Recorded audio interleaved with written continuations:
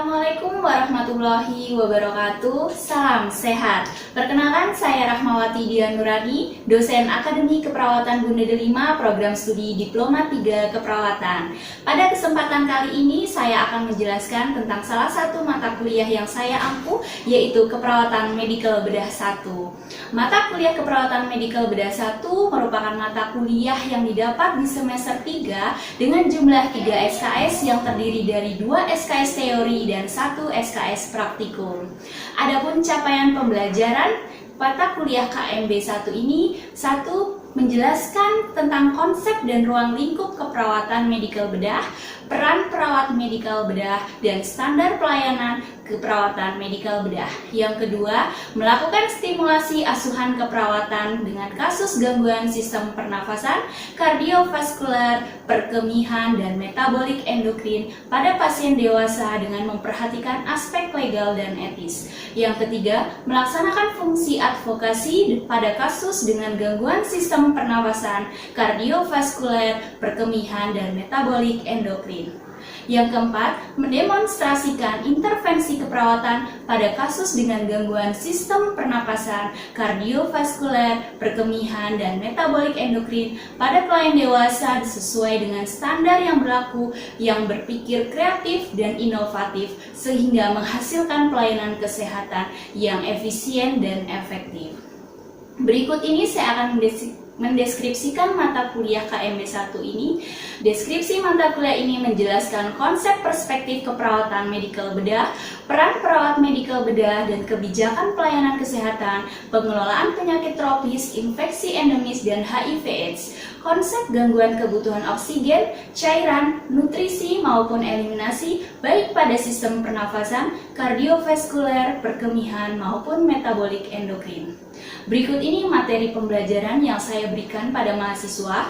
1. Konsep dan perspektif keperawatan medikal bedah, peran perawat medikal bedah dalam kebijakan pelayanan kesehatan baik di nasional maupun internasional. Yang ketiga, pengelolaan penyakit tropis. Keempat, pengelolaan penyakit endemis. 5.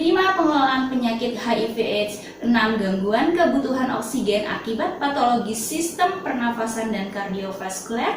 Yang 7. Gangguan kebutuhan cairan akibat patologis sistem perkemihan dan metabolik endokrin. Yang ke-8. Gangguan kebutuhan nutrisi akibat patologis sistem pencernaan dan metabolik endokrin. Yang ke-9. Gangguan kebutuhan eliminasi akibat patologis sistem pencernaan dan perkemihan.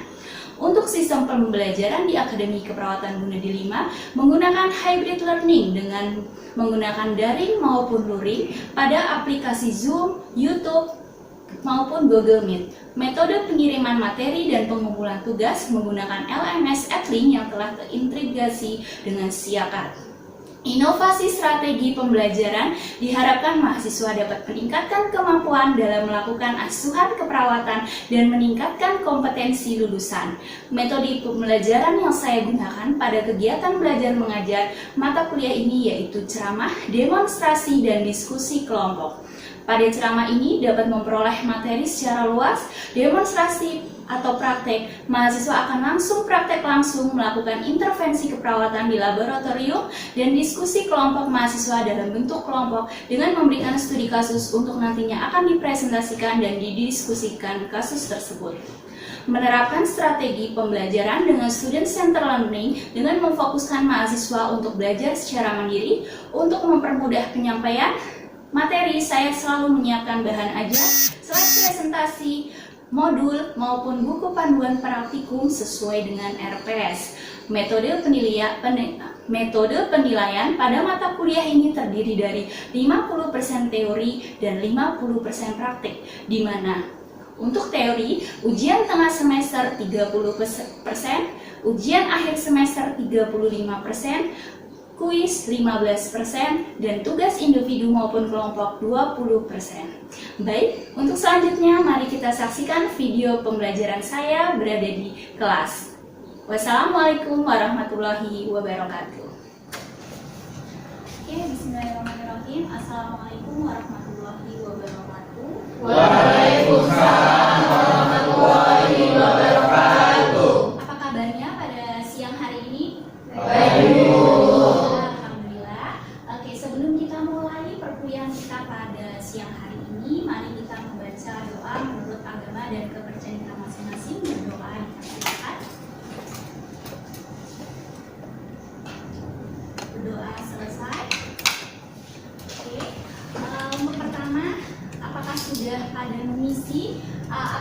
di Etlin semua?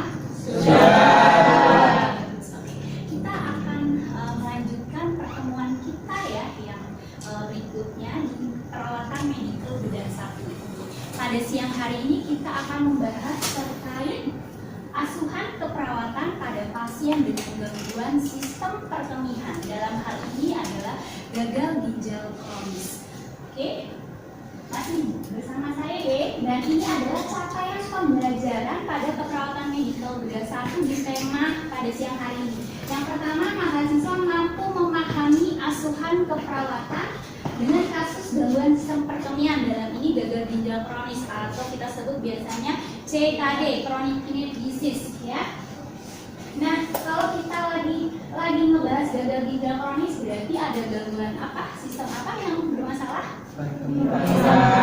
Ada yang masih ingat pertemuan lalu sistem perkemihan itu ada apa saja? Iya, silakan Alia. Boleh berpikir. Sistem perkemihan itu ada ginjal, kemudian ureter, setelah itu ada kandung kemih sama uretra. Oke, tepuk tangan.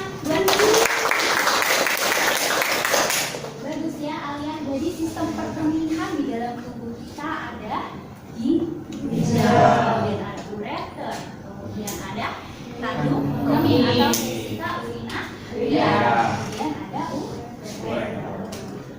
Oke, kemudian ada yang masih ingat fungsi ginjal? Yang utama pada organ ginjal itu apa sih fungsinya? Ya, silakan Ade. Fungsinya untuk mengeluarkan zat sisa metabolisme itu. Oke, tepuk tangan buat Ade. Jadi fungsi ginjal yang utama adalah mengeluarkan zat sisa metabolisme atau produk dari tubuh kita. Ya, atau biasa kita sebut dengan ureum ya, sampah dalam tubuh kita ya, itu adalah fungsi dari ginjal. Tapi fungsi ginjal itu tidak hanya itu. Fungsi ginjal itu ada beberapa. Ada dengan mengontrol ya, mengatur tekanan darah kita juga bisa. Kemudian bisa memproduksi sel darah merah kita juga bisa. Kemudian bisa mengaktifkan vitamin D untuk kesehatan tulang dan gigi. Kemudian juga bisa untuk keseimbangan cairan asam dan basa. Kenapa pasien-pasien di CKD di rumah sakit mengalami anemia, HB-nya rendah?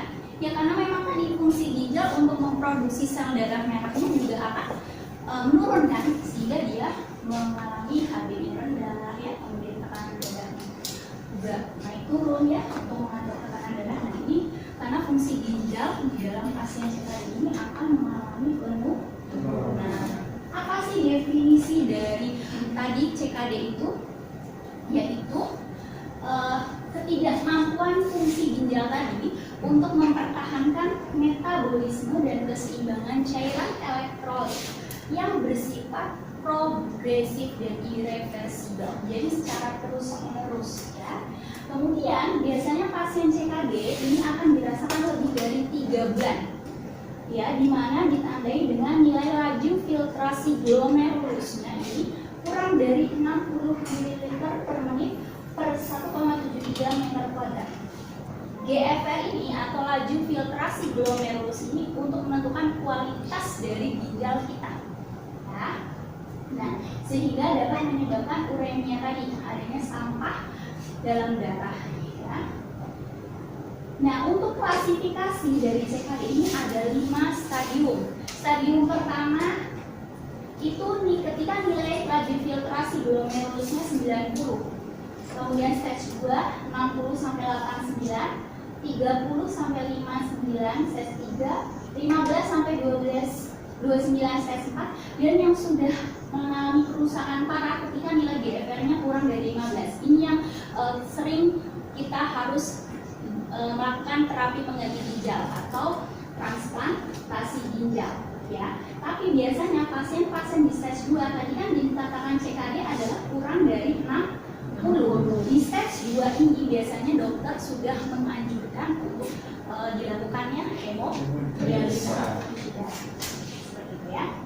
Nah ini tadi GFR bisa didapatkan dari rumus ini. Jadi ketika kalian nanti di rumah sakit melihat ya hasil lab dari pemeriksaan urin, akan ada ureum kreatinin ya, masih ingat ya ureum kreatinin. Nah itu bisa kalian tinggal hitung, asal ada berat badannya, kemudian ada nilai kreatinnya, bisa kalian hitung. Aduh, pasien ini udah stadium keberapa sih gitu ya. Oke, penyebab dari CKD ini tadi adanya peningkatan kadar ureum dan kreatinin. Oke, nah faktor resiko apa sih yang pada pasien CKD?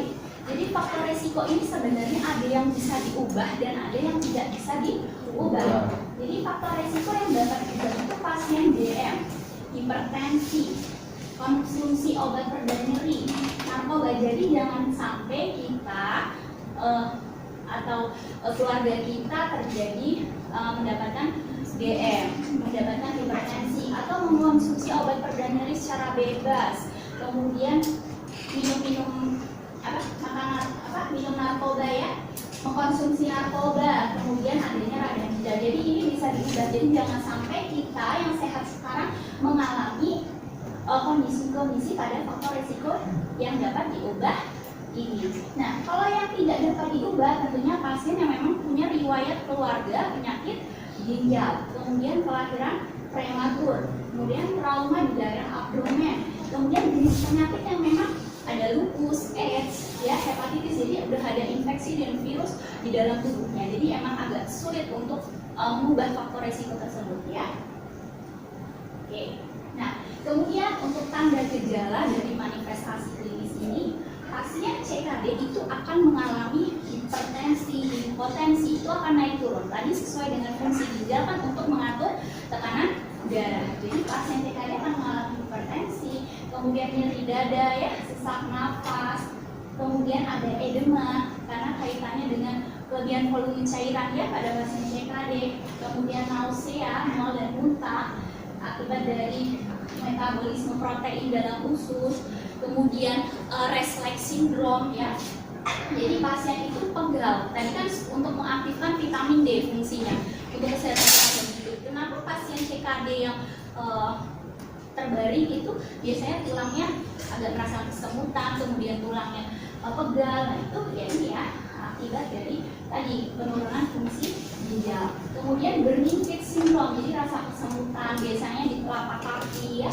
Kemudian adanya tremor, kemudian ada kelemahan, kulit berwarna pucat tadi akibat anemia, kemudian gatal-gatal akibat toksik. Jadi adanya pruritus, jadi gatal-gatalnya itu bukan di luar kita bisa gatal habis itu sembuh. Tidak, gatalnya itu kayak di dalam, karena ada sampah di dalam darah itu. Mau gatal, mau kita garuk seperti apapun masih tetap akan merasakan gatal, sehingga biasanya pasien CKD itu merah-merah kering gitu ya, karena akibat tadi selalu di garuk. Ada faktor resiko dari CKD, bisa pasien yang DM, hipertensi, kemudian yang ada mengkonsumsi zat toksik ya. Nah ini juga akan menimbulkan beberapa masalah perawatan kan di dalam CKD. Tadi bisa kita lihat di pathway ada masalah hipervolemia, kemudian defisit nutrisi ya, kemudian pola nafas tidak efektif maupun intoleransi aktivitas. Nah ini juga ada pemeriksaan penunjang ya, pemeriksaan penunjang yang kita bisa lakukan untuk pasien CKD itu pemeriksaan urin tentunya ya, karena di situ adalah ada nilai ureum dan kreatininnya. Kemudian pemeriksaan darah, USG ginjal, biopsi ginjal ya, kemudian bisa endoskopi ginjal maupun EKG. Nah, terapi untuk terapi pengganti ginjal pada pasien CKD itu ada 3. Yang pertama ada hemodialisa, yang kedua ada CAPD, yang ketiga adalah transplantasi ginjal. Hemodialisa atau hemodialisis ini terapi di mana darah dikeluarkan dari tubuh penderita dan beredar dalam sebuah mesin di luar tubuh atau disebut dialiser.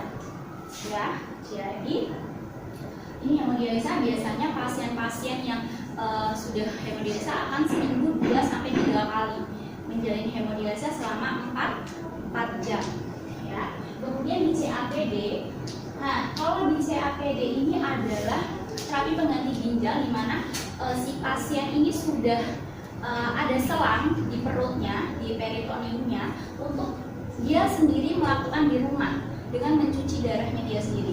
Tapi ini tidak bisa dilakukan seminggu 2 kali, seminggu 3 kali, tidak. CAPD dilakukan sehari 4 sampai 6 kali. Ya, jadi selama 4 jam atau setiap 4 jam, setiap 6 jam dia harus mencuci darahnya sendiri di rumah. Nah, ini kalau di Indonesia itu belum banyak belum banyak kasusnya. Tapi kalau di luar negeri seperti Thailand, itu justru yang tercover di pemerintah itu adalah CAPD. Kalau di Indonesia justru malah hemodialisisnya yang tercover untuk BPJS-nya seperti itu ya. Kemudian yang terakhir benar adalah transplantasi ginjal. Ya, transplantasi ginjal ini tadi ketika GFR-nya kurang dari 15 ini adalah sudah dengan mentransferkan ginjal yang sehat ya dari pendonor kepada penerima. Oke. Nah, kalau tadi sudah tentang pengantarnya, sekarang asuhan keperawatan terdiri dari pengkajian. Di dalam pengkajian kita tentunya akan melakukan pemeriksaan riwayat kesehatan. Kalau pemeriksaan riwayat kesehatan artinya kita harus bicara dengan beberapa pola atau beberapa gangguan kebutuhan. Di dalam CKD itu ada pola intake dan output atau balance cairan yang memang kita harus benar-benar hitung. Jadi kalau kalian mengambil kasus CKD, artinya kalian harus benar-benar bisa menghitung balance cairan dari pasien tersebut ya. Kemudian pola eliminasi urin, jelas pasien CKD belum tentu semua itu urinnya masih normal, pasti urinnya ada yang sedikit mulai sedikit, atau bakal yang sudah anuria, sudah tidak mengeluarkan kencing sama sekali, sehingga dia benar-benar hidupnya adalah bergantung dengan cuci darah. Kemudian status hidrasi pasien, riwayat penyakit, kemudian riwayat pengobatan pasien. Dan pemeriksaan fisiknya pun ya kita juga harus tadi pengukuran intake dan output. Ketika pasien terpasang kateter ya, kita harus menghitung pengeluaran kateter itu ada berapa ya. Kemudian intake, apa yang dimasukkan oleh pasien ya, makanan, minuman, kita harus benar-benar hitung berapa sih. Jadi antara intake dan output itu harus balance ya. Kemudian urinnya kita lihat keruh atau bersih jernih gitu ya. Kemudian untuk urinnya bagaimana. Kemudian pasien CKD juga pasti akan mengalami defisit nutrisi. Makanya kita harus tahu berat badan pasien ya, kemudian mengukur TTP.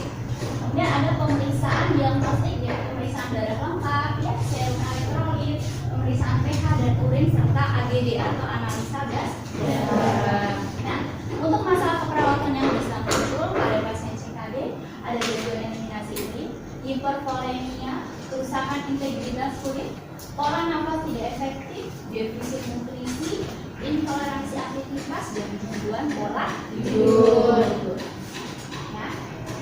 Untuk hipervolemia, kita tentunya di sini akan memeriksa ya tanda dan gejala dari hipervolemia. Ada tidak edema pada pasien, kemudian dari hasil balance cairannya ada tidak kelebihan ya, kelebihan cairan. Kemudian monitor intake dan output cairan tadi, apapun yang dimasukkan ke dalam tubuh pasien dan apa yang dikeluarkan dari tubuh pasien itu kita hitung ya. Kemudian batasi asupan cairan dan darah. Ajarkan cara membatasi cairan ya. Pasien-pasien yang memang CKD itu perlu dibatasi cairannya.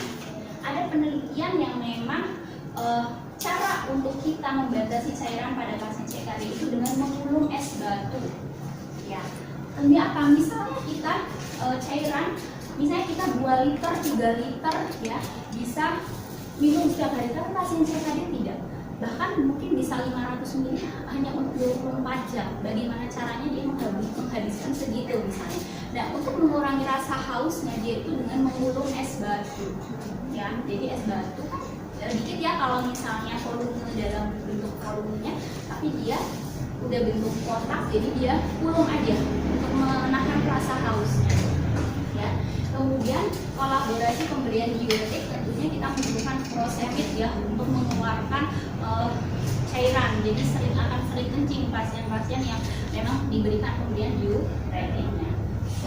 Oke, evaluasinya kita pengen output urin pasien seimbang dengan intake cairannya ya.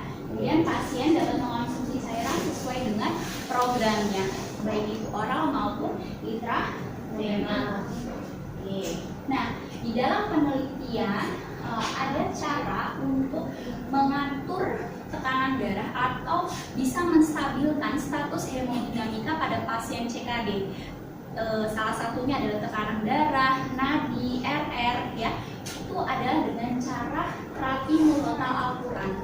Jadi ada penelitian murotal Al-Quran terhadap status hemodinamika pada pasien hemodialisa, di mana hasilnya pada pasien yang mendengarkan murotal Al-Quran setiap hari selama 7 hari itu tekanan darahnya atau nilai MAP-nya ya, MAP-nya itu stabil. Yang tadinya tinggi 160/70 itu bisa 120, 130 ya. Kemudian yang RR-nya ya yang sesak tadinya 30 kali per menit sebelum dilakukan murotal Al-Quran, ternyata setelah dilakukan murotal Al-Quran selama 1 minggu hasilnya adalah RR-nya 23, 24. Jadi itu luar biasa sekali ya untuk sebuah hasil penelitian dari cara untuk mengontrol tekanan darah pada pasien hemodialisa atau CKD ya.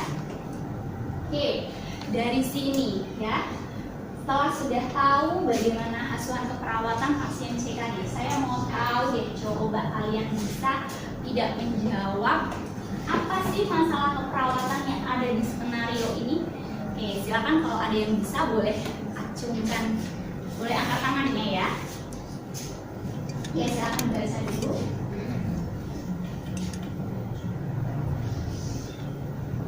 Ada yang bisa, silakan menjawab.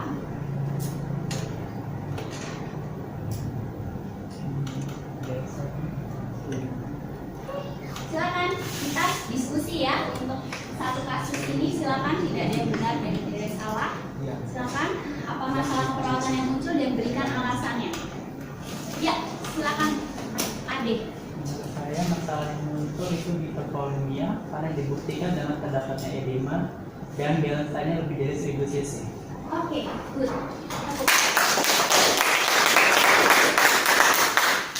Pertama adalah hipervolemia. Kita lihat kenapa? Karena terdapat edema di ekstremitas bawah. Kalau pasien yang sudah edema, artinya dia sudah menurunkan volume cairan. Oke, kemudian ini kan dibuktikan dengan nilai balance cairannya ada kelebihan 1000 cc. Ya, itu juga bisa. Kemudian mungkin ada lagi masalah keperawatan yang bisa muncul pada kasus ini. Silakan. Tidak usah ragu. Ya. Ya, silakan Alia. Pola nafas tidak efektif. Pola nafas tidak efektif. Alasannya Itu dibuktikan dari frekuensi nafasnya yang 28 kali per menit sama suara nafasnya wheezing. oke, tepuk tangan buat Alia. Pola nafas tidak efektif karena kita melihat nilai RR-nya adalah 28 kali per menit. Kemudian didukung dengan suara nafas wheezing. Ya, berbeda ketika suara nafasnya Ronki. muncul masalah apa? Bersihan Bersihan nafas. Bersihan dan nafas tidak Efektif. Oke. Dari kasus asuhan keperawatan pada pasien gangguan sistem pernapasan atau dalam hal ini gagal ginjal kronis, mungkin ada yang ingin ditanyakan. Ya, silakan. Pertanyaan dari saya, apakah penyakit CKD itu dapat disembuhkan? Oke, bagus sekali pertanyaannya ya. Jadi pasien CKD atau pasien gagal ginjal kronik ini tidak dapat disembuhkan. Ya, kenapa? Karena tadi sesuai dengan definisinya, pasien CKD ini adalah bersifat progresif dan irreversibel. Jadi dia secara ininya akan dilakukan progresif dan terus menerus. Namun bisa dicegah dan dikurangi pencegahan untuk memunculkan kekambuhannya. Ya, tadi pencegahannya adalah kita dengan pola hidup sehat, ya. Kemudian olahraga rutin dan mengurangi konsumsi yang minum-minuman yang mengandung taurin, ya, yang bisa mengakibatkan ginjal itu bekerja keras untuk mengeluarkan sisa metabolisme. Contohnya minum-minuman yang beralkohol, berenergi, ya, soda mungkin, ya, itu yang bisa kita cegah untuk mengalami CKD-nya. Tapi untuk pasien yang sudah mengalami CKD bisa dikurangi dengan mencegah kekambuhannya. Artinya kekambuhan di sini adalah tadi bisa mengontrol HB-nya, kemudian bisa mengontrol berat badannya agar tidak edema, kemudian bisa juga untuk mengontrol tadi tekanan darahnya. Itu aja yang bisa dilakukan ketika sudah terkena CKD. Tepuk tangan untuk silakan. Silakan, ada lagi yang ya, silakan. Tadi kan ada pembahasan tentang hemodialisa. Nah, fungsi dari hemodialisa itu apa sih? Oke, bagus sekali pertanyaan dari Andi, ya. Jadi fungsi dari hemodialisa tadi adalah untuk mengeluarkan sel metabolisme yang ada di dalam tubuh yang kemudian akan dikeluarkan, kemudian akan disaring atau difilter, ya, di dalam mesin dialiser, yang kemudian setelah sudah difilter, sudah dibersihkan, sudah dicuci lah artinya, ya, akan dikembalikan lagi, ya, masuk ke dalam tubuh kita. Dan pasien-pasien yang hemodialisa, yang menjalani hemodialisa juga harus tetap menjaga, ya, menjaga pola makannya, kemudian pola minumnya, ya. Jadi intake dan outputnya juga tetap harus seimbang agar kondisi dari pasiennya atau status hemodinamika dari pasien CKD bisa terkontrol. Seperti itu. Ada lagi yang menanyakan? Tidak ada lagi pertanyaan yang diutarakan.